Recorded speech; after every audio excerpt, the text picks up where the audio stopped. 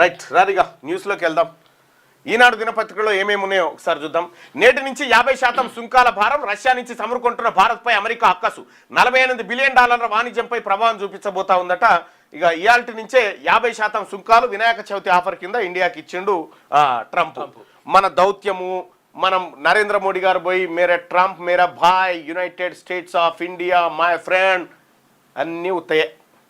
వాళ్ళు వీళ్ళని నమ్మరు. ఫస్ట్ ఓటర్ అధికార యాత్రలో సీఎం అయ్యా ఓట్లు దొంగతనం చేసిరని బీహార్లో తిరుగుతున్న మా రిజర్వేషన్ దొంగతనం చేసిండ్రీడా.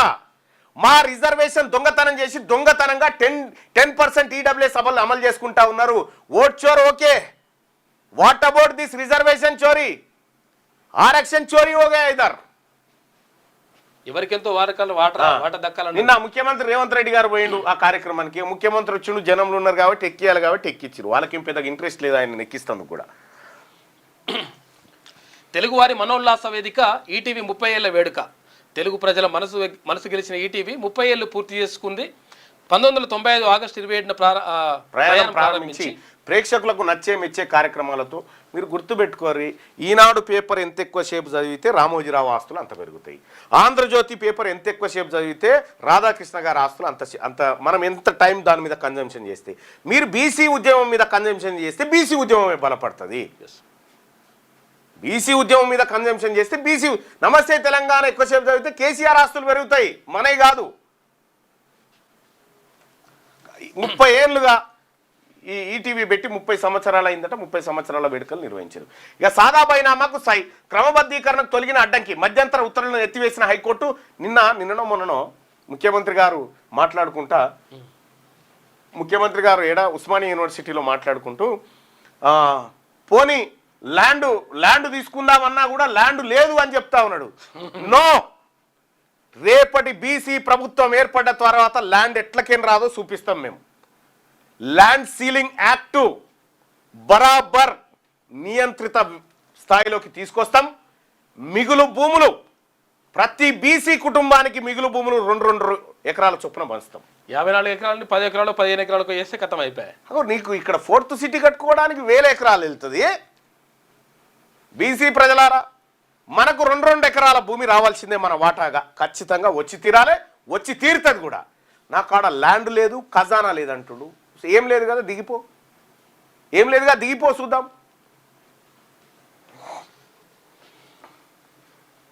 సాదా బైనామాకు క్రమబద్ధీకరణకు తొలగిన అడ్డంకి, మధ్యంతర ఉత్తర్వులను ఎత్తివేసిన హైకోర్టు. కొత్త చట్టం నేపథ్యంలో పిల్పై విచారణ మూసివేత అంటూ ఒక వార్త. సాదా బైనామాకు సంబంధించి గతంలో రాష్ట్ర ప్రభుత్వం 2017లో తీసుకొచ్చినటువంటి జీవోను నిలుపుదల చేస్తూ మళ్ళీ సాదా బైనామాల విషయంలో రాష్ట్ర ప్రభుత్వం మళ్ళీ కొత్తగా చట్టాన్ని తీసుకొచ్చింది కాబట్టి పాత చట్టాల మీద విచారణ అవసరం లేదని కోర్టు చెప్పింది.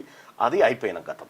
ఇక ఇది 30 నుంచి అసెంబ్లీ సమావేశాలు. కాళేశ్వరం నివేదికను సభ ముందుంచనున్న సర్కారు, అధికార విపక్షాల మధ్య వాడి వేడి చర్చలు జరిగే అవకాశం. తొలి రోజు సభానంతరం మంత్రివర్గ భేటీ, బీసీ రిజర్వేషన్ల జీవో జారీపై చర్చ. ఇక్కడ మీరు ఒకసారి చూడండి, వేములగట్ట అనేటువంటి విలేజ్, ఇదే కాళేశ్వరం ప్యాకేజీలో భాగంగా అల్లన్న సాగర్ కడితే వేములగట్ట అనేటువంటి విలేజ్లో ఆయన ఊరే మునిగిపోతుంటే ఒక రైతు తన ఊరిని వదలలేక తన ఇల్లు ఎట్లాగో మునిగిపోతుందో ఇంటి వాసాలు పాడెగా పేర్చుకొని దాని మీద కాలు చచ్చిపోయాడు.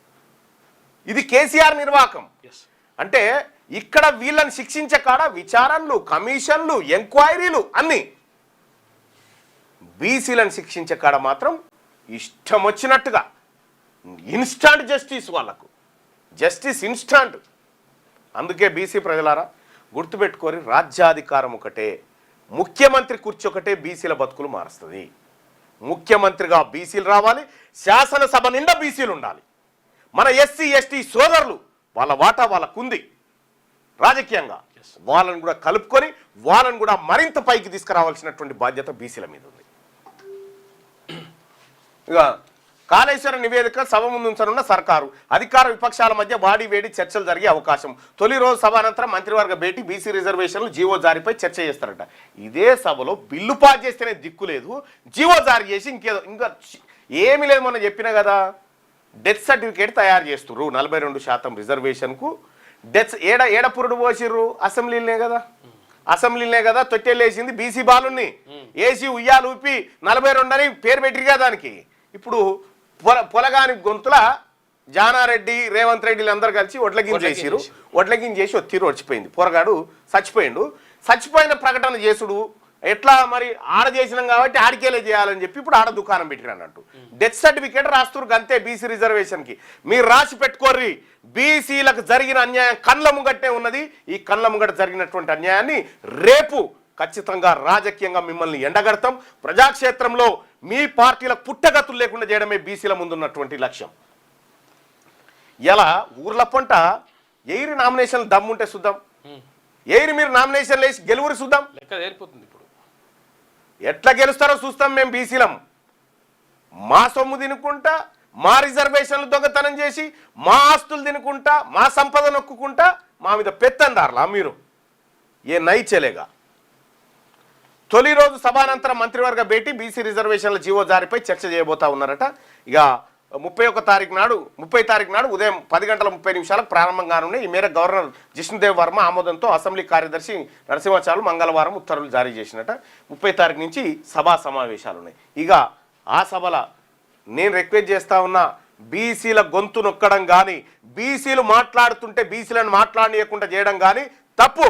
42% రిజర్వేషన్ మీద ఖచ్చితంగా గలమిప్పాల్సిందే. నేను బీసీల తరఫున చెప్తా ఉన్నా, ప్రజలారా ఎంతకైనా తెగిస్తా. మన రిజర్వేషన్లకు మోసం చేసినటువంటి పార్టీలు ఏవైతే ఉన్నాయో వీటిని ఎండగట్టడానికి నా శాయశక్తుల కృషి చేస్తా. నాకు బీసీలు ముఖ్యమా, ఈ పదవులు ముఖ్యమా, లేకపోతే ఈ ప్రభుత్వాలు ముఖ్యమా అంటే నాకు బీసీలే ముఖ్యం. వినాయక చవితి సెలవట, రేపు పత్రిక రాదు. వచ్చే నెల 2న పంచాయతీ ఓటర్ జాబితాల ప్రచురణ, 28న ముసాయిదా ప్రకటన, 30 వరకు అభ్యంతరాల స్వీకరణ. కలెక్టర్లకు రాష్ట్ర ఎన్నికల సంఘం ఆదేశాలు జారీ చేసిందంటే ఎన్నికల ప్రక్రియ స్టార్ట్ చేస్తూ ఉన్నారని చెప్తా ఉన్నారు. బీసీలారా స్టార్ట్ కాండి. మీరు సమాయత్తం కానీ బీఫామ్ జిమ్మేదారి నాది.